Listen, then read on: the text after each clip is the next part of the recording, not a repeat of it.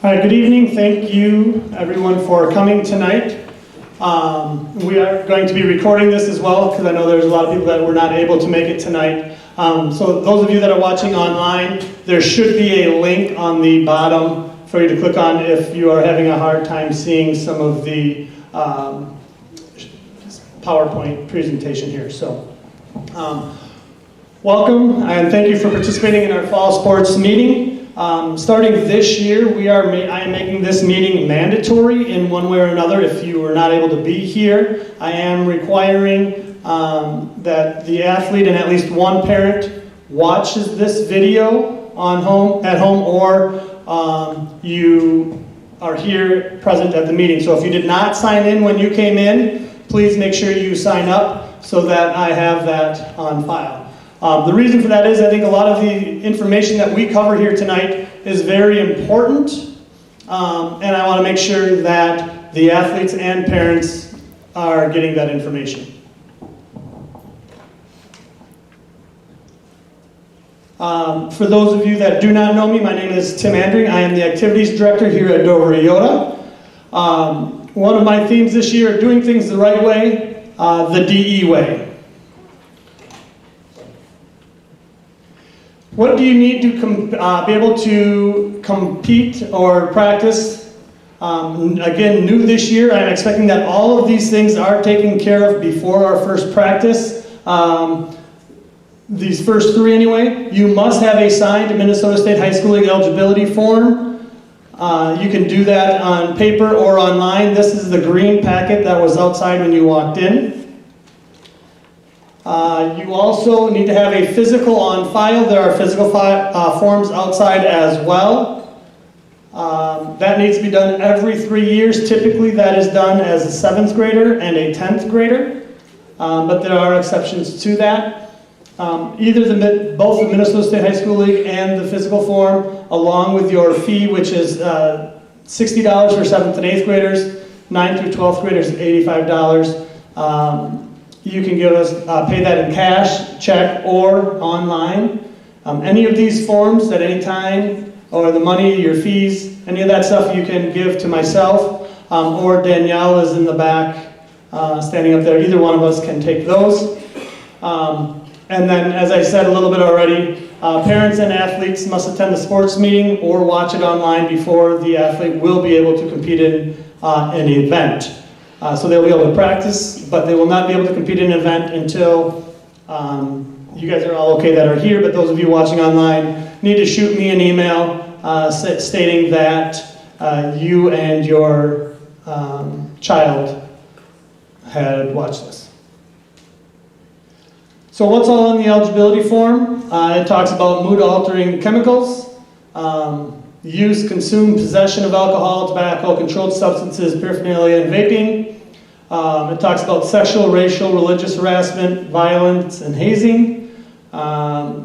Consequences for any of these violations: first offense is 2 weeks or 2 contests, whichever is longer. Second offense is 3 weeks or 6 contests, whichever is longer.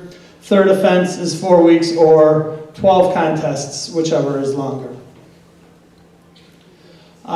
In there, it talks about good standing with the Minnesota State High School League.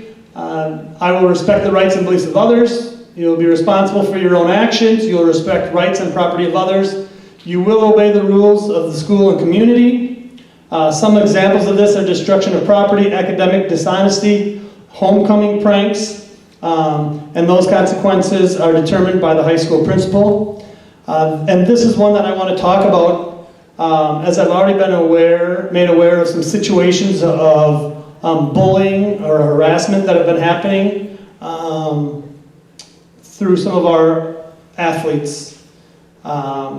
Whether it's ding-dong ditching and continually doing certain things to an individual, those types of behaviors need to stop, and we are not going to tolerate it. Myself, the coaching staff, and the school administration here. Dover-Eyota is a great place. We want it to continue that way. So we are not going to tolerate those types of behaviors. I know a lot of times people say, well, we're just having fun. But it's not fun when it's at somebody else's expense and it's repeated behavior, and it's not reciprocated. So those are some of the things that we will look at, and if we get reports, we will take them seriously and we will deal with them. So again, if you are continually bullying or picking on or teasing somebody, whether it's in school, whether it's at home, whether it's online, there will be consequences. Most likely you're going to probably be looking at your first Minnesota State High School League offense of 2 weeks or 2 games. So I just want you to know that we do take those very serious, and we will look into that behavior. Academic policy, this is right from the handbook. I'm not going to go through and read it, but I did want to touch base on a couple of things with academics and sports. We do hold our athletes here at Dover-Eyota to a very high standard. We have high expectations for our athletes, and I think that's very good. We do expect all of our athletes are passing. We have this nice little eligibility map that we drew out. The dates are already set for our grading periods. Our midterms and end of the quarters is when we will be doing grade checks for everybody. So here's what happens. October 7th and November 11th. October 7th is midterms. That'll be our first one. If a student has an incomplete, they will meet with the school counselor. I will be informed. I will call the parents. They are ineligible until that incomplete becomes a passing grade. As soon as that incomplete becomes a passing grade, that athlete is eligible. If way over on the right, if they are passing at that checkpoint, they're eligible. If they are not passing, and they're receiving no credit, again, the student will meet with the school counselors. They will inform me. I will talk to the coach and the parents and let them know they are ineligible. If they are receiving no credit at semester or at the end of the quarter or at midterms, they are ineligible for 1 week or 5 school days, which means no practices, no games at that point. After that 5 days, the counselors will give them a blue sheet that they need to go through that marks their course progress. They'll have to have it signed by each one of the teachers. After that 5 days, if they are passing and maintaining that blue slip and that course progress sheet, they will be eligible. If after those 5 days they are not passing or their blue slip is not signed, they are ineligible. They may now practice, but they may not play any games until they have a passing grade and they continue with their blue slip. And as soon as, at any point when they have that, they are eligible at each check-in. Now, this has not changed. This is the same policy we've had. And why am I bringing it up is because I know with COVID, we're a little bit more relaxed with this. This will be enforced, so I just wanted to make it clear up front right now so everybody kind of knew in advance that this would be enforced 100% this year. Attendance policy, again, this is right from the handbook. We do value attendance here at school. We think it's very, very important. We have had a lot of kids with a lot of tardies and absences, and we are going to be working through the coaches in the office to try to cut down on that. One of the biggest issues that we've had in the last year is kids coming to school late on game days. In our school policy, students are to be here the entire day on the days of competition. If they are not allowed to play unless they have an excused absence. That excused absence can be in form of a funeral or doctor appointment or something along those lines. However, the school does reserve the right to see a doctor's note if you have an appointment. Because we had several cases last year where somebody came to school and their son slept in. Then I got an email a little bit later saying they had a doctor's appointment. So we do reserve the right in order to make it an excused absence to see a note from a doctor's or a physician or whatever appointment you maybe had to make that an excused absence. Again, we want to do things the right way. We want to do them the DE way. To sign your son or daughter up, if you have not done so, please do so I can get an accurate list out to the coaches to help them prepare for Monday. You can go to our school website, www.desch.org, click on DE Athletics, and click on Online Registration. That button is on the left margin. Again, you can sign up, do your form, eligibility form, and pay all of that right on there. Concussion screening, we had concussion screening yesterday, but just a quick note on that. We will be sending out an email as part of that concussion training screening process. Athletes will be taking the computerized impact test at home.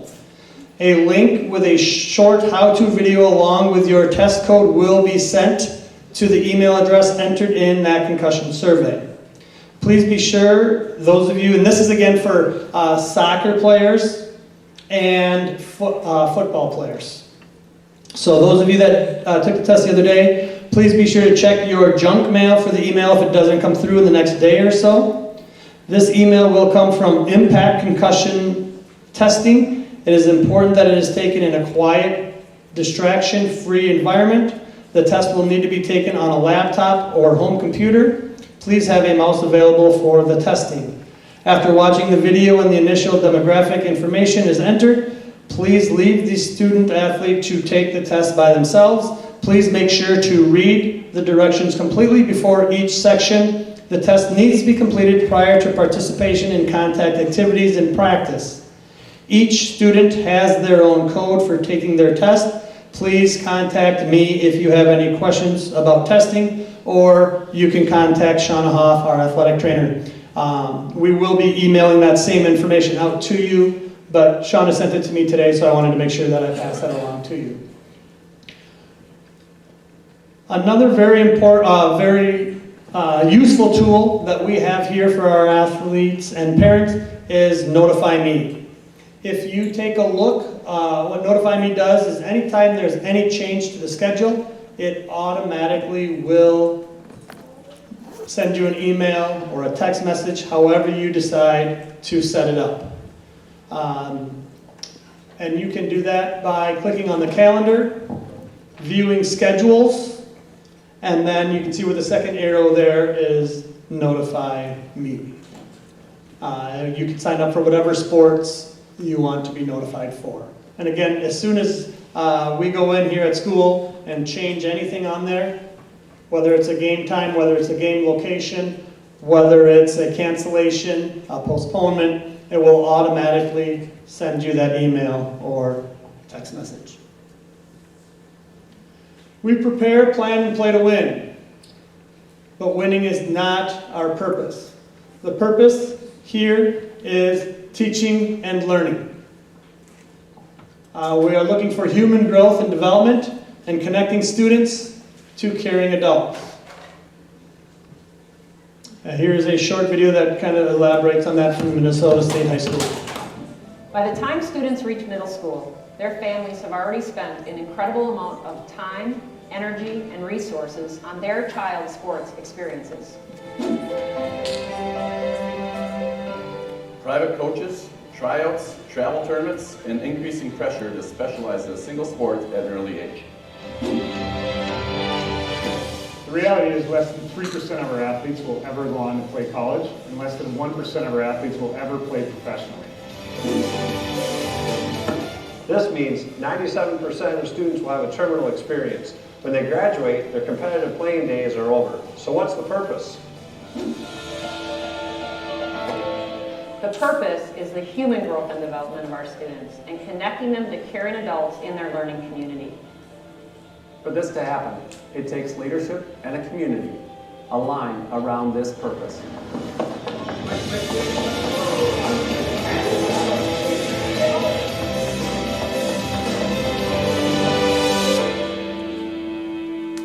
The purpose of a caring adult in students' lives has never been more important. Students face an incredible amount of pressure. There's peer pressure and social pressure and academic pressure and pressure to perform on the playing field or in the arts area. And what that's resulting in is a mental health crisis, where kids are facing anxiety and depression. There's a study called Hardwired to Connect that identifies 3 fundamental needs that every human being has. The need to belong, the need to have some type of moral development, and we define moral as relationships to other people. And then that base community, which is really being held accountable to a set of expectations and boundaries. Athletic and activity programs can really provide a caring community for students. It's a place for them to be connected. 1, 2, 3, hockey!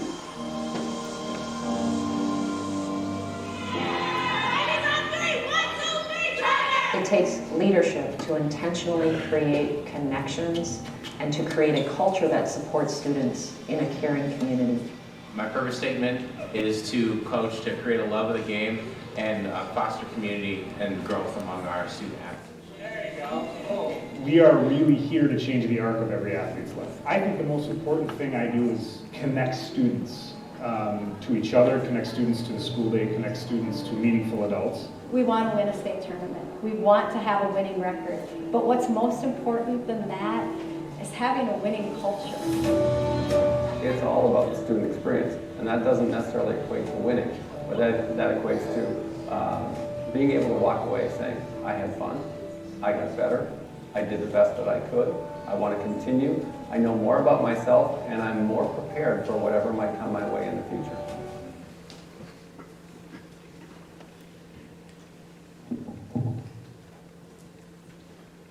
So, again, we all want to win. We all want to have that success, and that helps. But what will our student athletes really take away from their sport? Their skills, the teamwork, the friendship, relationships, experiences, memories, and so much more. Think back, adults, think back to when you played. How many of your seasons can you remember the exact record or the score of all of your games? But what you remember is the friendships you made and those experiences that you had in that course along the way. Cell phones and social media are causing a larger problem each and every day. They are often the beginning of bullying. Anonymous posts, inappropriate pictures, agreeing, liking, or commenting can also be as hurtful as creating the information. So athletes, parents, please be careful. Facebook creates lots of issues. Please be careful what you post on there, what you like, what you say, because it gets back to people. Whether you want it to or not, it's out there for everybody to see, and it does create oftentimes issues. So how can we communicate? Because we know as the season goes, there are going to be issues. There are going to be things as a parent, as an athlete, you're not happy about with your coach. There is a chain of command that's very, very important that we follow. It is hard to get coaches right now. There are fewer and fewer people that want to coach. There are fewer and fewer people that want to officiate. As far as going to coach, talking about 2 coaches, there is a chain of command that we must follow.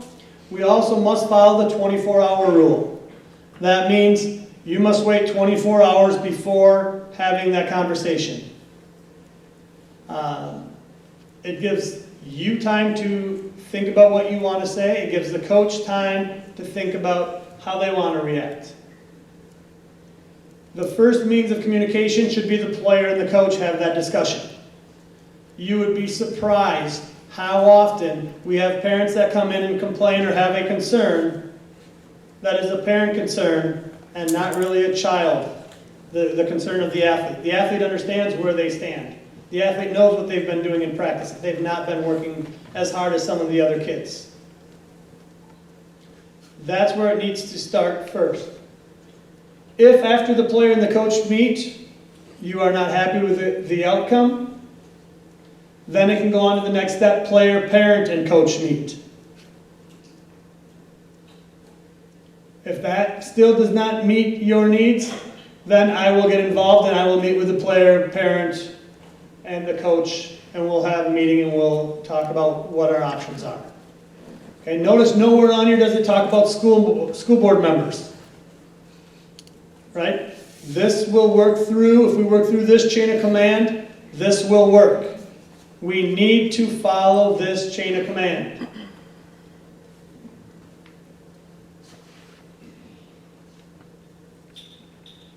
Bypassing this chain of command creates negative situations. Very little, if anything, will be accomplished. Often the situation is made worse, and it can result in disciplinary action for parents. We cannot have parents talking to coaches or being upset and approaching coaches during the game or immediately right after the game. Nothing good is going to come of that. One, I've told all of my coaches not to involve themselves in those conversations. Right, so they're going to probably just walk away at that situation. So again, if we have parents that are going to continue to harass coaches or try to confront them during a game or inappropriate times or not follow that chain of command, there will be times where we may have to have parents not attend games. I don't want to have to go there, but we have to protect our coaches. I understand that there are going to be times where situations arise and differences occur. And that's why we have that chain of command.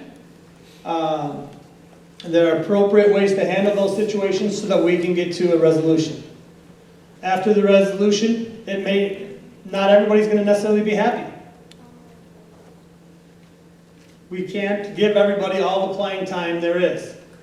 So there are still going to be people that probably are not happy with playing time no matter what we do, no matter how many games we win. But if you have those discussions with the coach and what things that you can do as an athlete, that will help with that. Here's some advice I got from an article, My Coach Hates Me, from Bob Hammett. Said, advice if unhappy with your playing time. So the athletes, this is mostly for you. Be the hardest worker on the team. Be the most coachable player on the team. Know the game better than anyone on the team. Stop taking things personal and quit worrying about justice.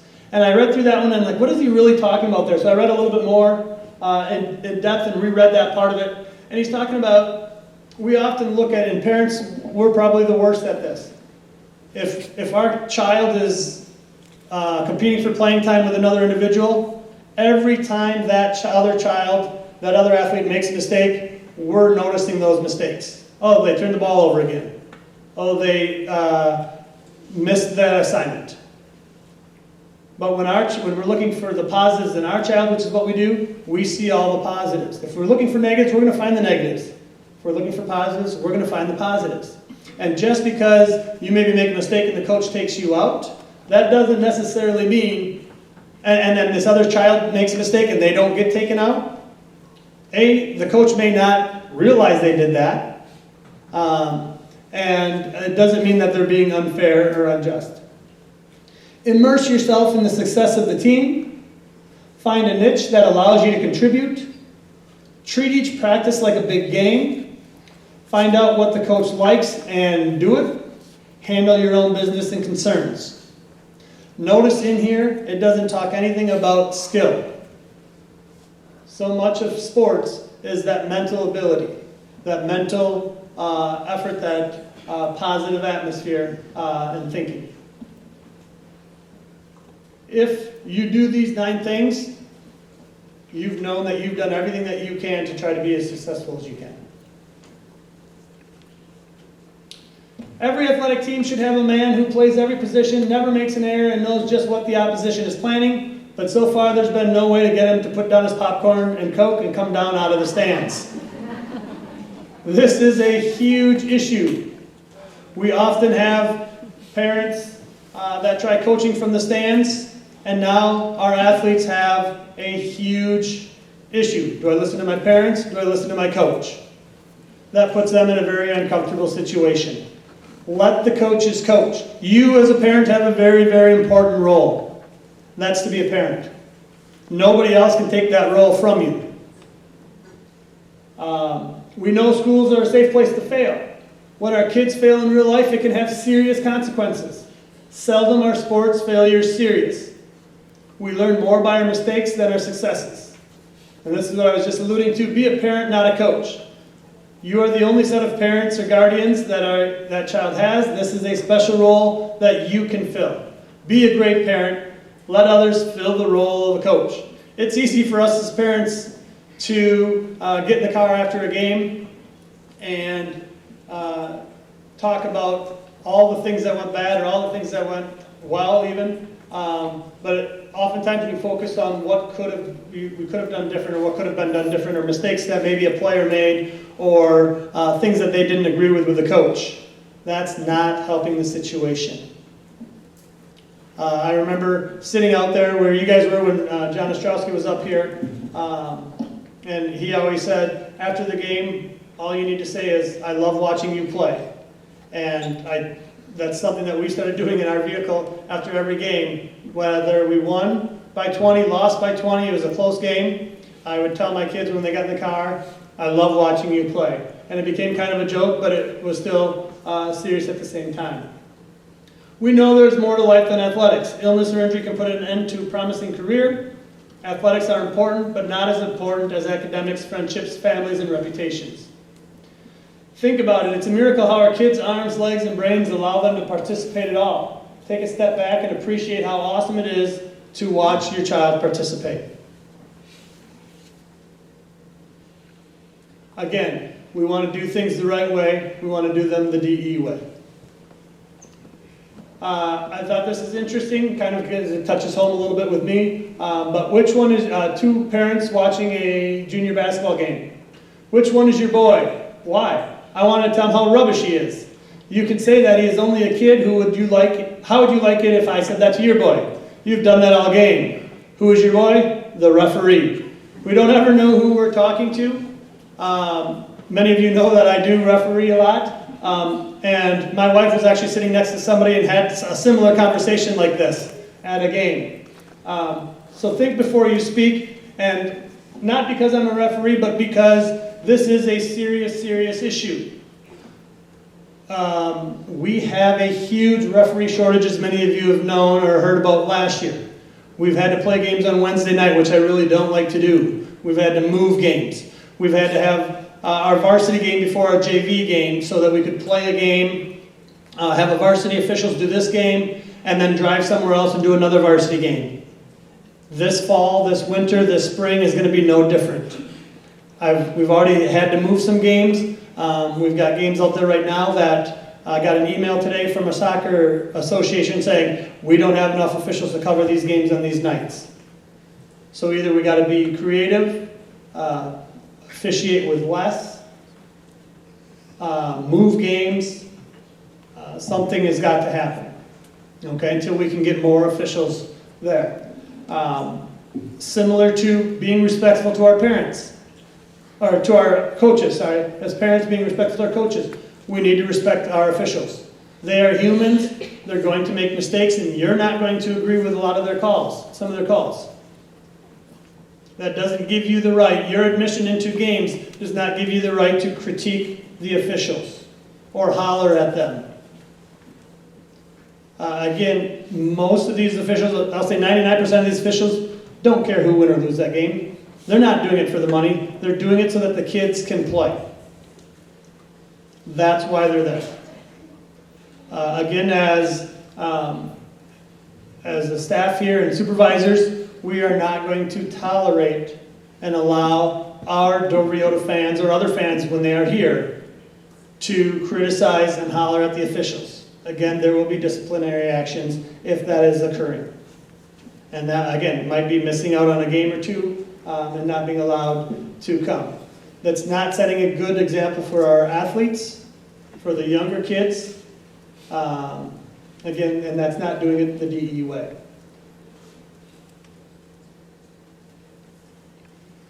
Be a good sport. Be respectful towards the players, the coaches, the officials, the workers, and most importantly, be respectful towards yourself. Represent the DE community in a very positive way. Your character is more important than how good you are at the sport. Your athleticism is only temporary, but your character, the type of person you are, lasts forever. Be compassionate, be grateful, be honest, be humble. Some athletic needs that we have. We are still looking for a 7th grade volleyball coach. If you know of anybody that is interested, send them my way. We are looking for officials at all levels. If interested in any sport at any level, see me. I have connections. I know where we can go to get you signed up. If you're just interested in doing some of our lower level games, awesome.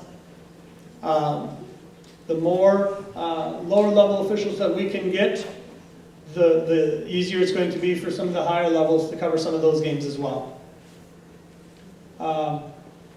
We are also looking for sports coaches in many other sports. I know track and field is looking for several coaches. Softball, basketball. So we have lots of openings. If you're interested in coaching, make sure you reach out to me and let me know. We are doing passes again, season passes. They are good for all non-playoff home athletic events, besides drama and musical and plays. Adults, $70, students, $40, and family pass is $150. They will be available at home events and regular hours in the district office to purchase those. We are fortunate to have an athletic trainer here at school, and that is Shauna Hoff, and Shauna is sitting kind of back there. She will help service all students 7th through 12th grade. Her schedule here at Dover-Eyota is typically 3 to 6 after school. And then if we have a home varsity event, she will stick around for that.